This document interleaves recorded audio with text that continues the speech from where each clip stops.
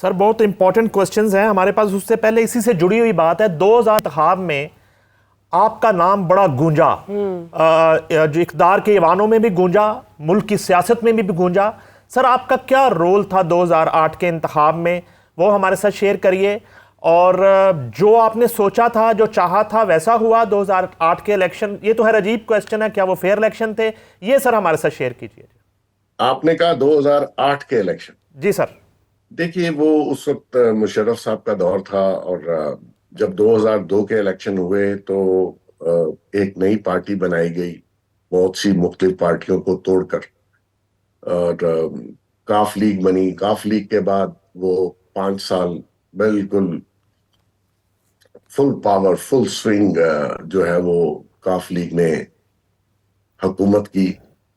کوئی اپوزیشن نہیں تھی, دونوں پولیٹیکل پارٹیز کے ہیڈ ملک سے باہر تھے, اور یہاں پہ کوئی چیلنج اور اپوزیشن نہیں تھی ایز سچ. لیکن وہ ان روڈز پالیٹکس میں نہیں بنا سکے, تھوڑے سے فیک ٹائپ لوگ تھے وہ اس عہدوں کو. پاکستان میں ایک اور بڑا پرابلم ہے کہ لوگ عہدوں کی بیتوقیری کرتے ہیں. جو لوگ اس عہدے پہ ڈیزرو نہیں کرتے اس کو بٹھا دیا جائے تو پھر رزلٹ اچھے نہیں آتے. مشرف صاحب کی غلطی یہ تھی کہ چودھری صاحبان کو وہ اقتدار ملا پنجاب میں, اور پنجاب میں رہتے ہوئے انہوں نے سینٹر کو, اسلام آباد کو بھی کنٹرول کیا پورے 5 سال. اپنی مرضی کا پرائم منسٹر وہ لاتے تھے. لیکن جب 2008 کے الیکشن ہوئے تو میرا کچھ ان سے تھوڑا سا اختلاف تھا, چودھری صاحبان سے. تو میں نے اپنا ایک انالیسس دیا کہ یہ لوگ 30-32 سیٹیں ون کر پائیں گے, کیونکہ نواز شریف بھی واپس آ گئے ہوئے تھے اور بے نظیر صاحبہ بھی واپس آ گئی ہوئی تھی, اور پھر ان کی شہادت بھی ہو گئی. تو اس حالات میں انہوں نے بہت سارے غیر ملکی فنڈ بھی لیے, مشرف صاحب سے بھی لیے, اور ان کو ایک غلط, وہ ایک سمپل اور بہت ہی اچھے انسان تھے پریزیڈنٹ مشرف. تو ان کو ایک ایسی کہانی, کیونکہ یہ کہانیوں کے بڑے ماسٹر ہوتے ہیں جو پولیٹیشنز ہیں, اور ان میں لا کے جب رزلٹ آیا تو ان کو میرے خیال میں 33 سیٹیں ملی. اور یہ اس کا بھی بلیم جو تھا, اپنے فیلئر کا بلیم بھی یہ پریزیڈنٹ مشرف کو دیتے رہے. تو اس میں پھر ایکچولی بی بی شہید ہوئی تھیں, تو اس کا ایک سمپتھی ووٹ تھا, وہ پیپلز پارٹی کے پاس میجورٹی آ گئی.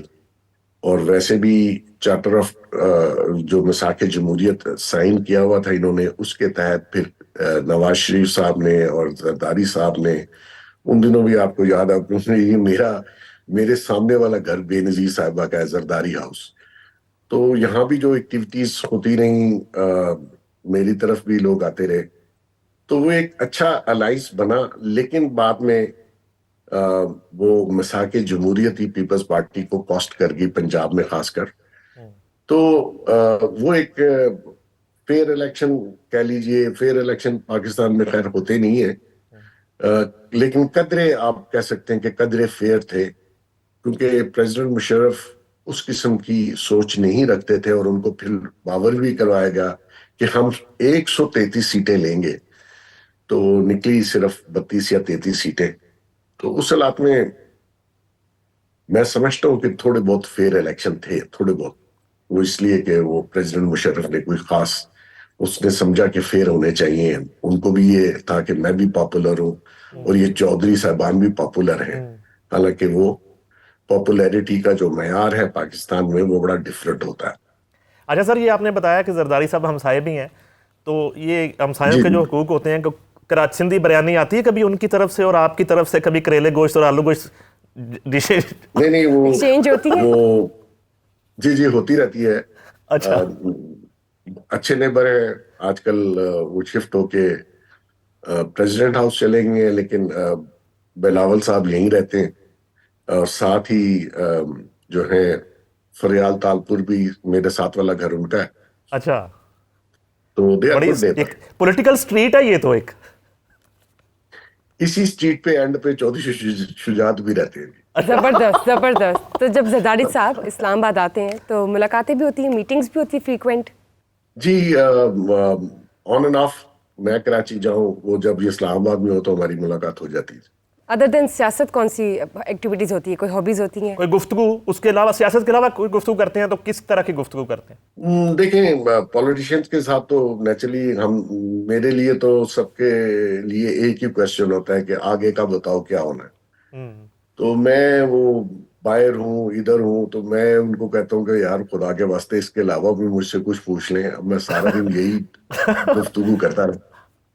اچھا وہ ہوا بھی نا تو سر, بہرحال آگے کا دیکھیں نا, ہم نے بھی ابھی آگے کا پوچھنا ہے آپ سے. جب آپ نے یہ کہہ دیا کہ خان تو گیا اور پھر خان چلا گیا, تو ظاہر ہے پھر ہم پوچھتے ہیں آپ سے کہ سر آپ وہ کیسے کہہ دیا تھا آپ نے. تو ادھر آتے ہیں آپ, کیسے سر دوستی ہوئی آپ کی بانی چیئرمین سے, کس دور میں, اور وہ دوستی پھر کس حد تک گئی؟ اختلافات پہ بعد میں آتے ہیں, وہ کس نوعیت کی دوستی تھی سر آپ کی؟ اچھا جی, ایسا ہے کہ میں جب 2000 میں واپس آیا تو اس وقت ڈیسائیڈ ہوا کہ پریزیڈنٹ مشرف رجیم جو ہے وہ الیکشن کروانا چاہ رہے, اور اس میں انہوں نے میری, کیونکہ ان سے دعا سلام اچھی تھی, اور ان کے ایک پرنسپل سیکرٹری اور ان کے دوست تھے طارق عزیز صاحب مرحوم, اللہ ان کی مغفرت فرمائے, انہوں نے مجھے کہا کہ آپ تھوڑا سا ہمیں ایک میپ بنا دیں, اور میں انوالو ہوا. پھر خواہش ان کی تھی کہ جی ایسے ہونا چاہیے, وہ کاف لیگ بننی چاہیے, اور یہ لوگ اور وہ ویسے ہی ہوا.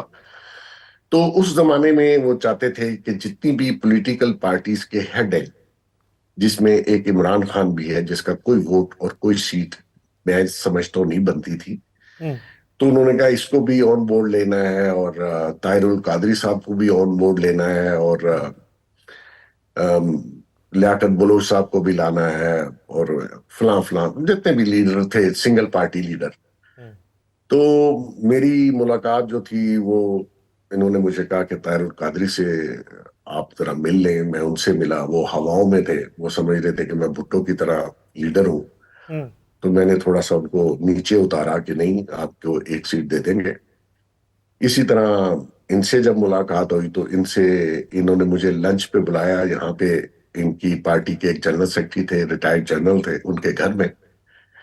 تو وہاں تھوڑی سی یہ چاہتے تھے کہ مجھے سب سے آگے لایا جائے, پرائم منسٹر بنایا جائے. تو میں نے کہا آپ کو تو ایک سیٹ مل رہی ہے, آپ ایک سیٹ بھی ون نہیں کر رہے عمران خان, تو تھوڑا پالیٹکس میں ٹائم لگتا ہے. اس یہ لنچ بات پہ عمران خان میرا کے اس ساتھ تھا کا, سر؟ عمران خان کے ساتھ تھا, وہ ایک ریٹائرڈ جنرل تھے, ان کے گھر میں. تو میں وہ لنچ چھوڑ کے میرے ساتھ, بلکہ اس کے اینی شاہد ہیں, میرے اس وقت ایڈیٹر تھے میرے پاس, سلیم بخاری صاحب, جی جی, یہ بھی میرے ساتھ گئے.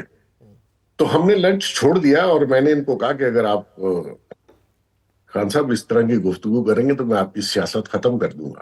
آپ پاکستان میں سیاست نہیں کر سکیں گے, اور یہ جو آپ بدتمیزی والا لہجہ ہے نا, یہ آپ اپنے پاس رکھیں, میں اس سے زیادہ ہوں. تو میں نے اس کو جواب دے دیا, اور میں نے باقیوں کو بھی کہا جو ہمارے ڈیسیژن میکرز تھے, میں نے کہا اس کو سیٹ نہیں ملے گی. اور میں نے وہاں پہ اس کے مقابلے میں میاں والی میں جو شخص عبداللہ شادی خیل 64,000 65,000 ایوریج ووٹ اس کا ہر الیکشن میں تھا, تو میں نے کہا جی اسی کو لائیں گے. تو جب وہ بات ختم ہو گئی, اب اس نے یہ جو کارنر میٹنگز اور یہ کبھی انٹرویو کر رہا تھا, تو اس نے باتیں شروع کر دی اور کہنا شروع کیا کہ جی ایک مافیا ہے جو یہ کر رہا ہے نا. تو میرا نام تو نہیں لے رہا تھا, لیکن بار بار میرا ذکر کر رہا تھا, مطلب حوالہ میرا دے رہا. تو میں نے اس کو میسج بھیجا, میں نے کہا دیکھو میں نے آپ کو کہا تھا آپ باز آ جائیں, آپ باز نہیں آئیں گے تو میں نے اس کا ایک انٹرویو, اس کا جمائمہ کا سلمان رشدی کے ساتھ, اور جمائمہ نے دیا, اور اس نے کہا کہ یہ اس کو بہت پریز کیا سلمان رشدی کو, اور اس کے تھیسز جو تھے جمائمہ نے وہ لیے اور اپنے ساتھ لگا کے اس نے یونیورسٹی میں جمع کروائے. کیونکہ یہ جو لابیز ہیں زائنسٹ لابیز, یہ بڑی سٹرونگ ہیں, بڑے پاورفل ہیں. یہ جتنی یونیورسٹیز ہیں میجورٹی کو یہ کنٹرول کرتے ہیں. تو میں نے وہ انٹرویو پاکستان میں چھاپ دیا, اوکے, اور میں نے اس کے اوپر نیکسٹ ڈے بہت احتجاج ہوا سارے مولاناز نے جمعے کی نماز کے بعد, اور جمائمہ تب بھاگ گئی اور ابھی تک واپس نہیں آئی, آج تک پاکستان دوبارہ نہیں آئی. اچھا اس انٹرویو کی وجہ سے گئی, وہ انٹرویو کی وجہ سے گئی؟ جی جی, وہ ایک انٹرویو تھا اور اس کے بعد بہت احتجاج ہوا. اس کو بلکہ کاف لیگ نے بھی بڑا ایکسپلائٹ کیا اور باقی مذہبی جماعتوں نے. تو آپ کو میں بتاؤں کہ پورے عرب کنٹریز پہ جمائمہ اور عمران خان کے اوپر بین لگ گیا انٹری کے اوپر. تو اس نے مجھ پہ کیس بھی کیا اس انٹرویو کے اوپر. وہ فیک تھا, وہ انٹرویو انہوں نے دیا تھا خلیج ٹائم کو اور میں نے وہاں سے پک کیا تھا. تو اس میں تو کوئی میں نے خلیج ٹائم کی ٹیگ لائن بھی دے دی تھی.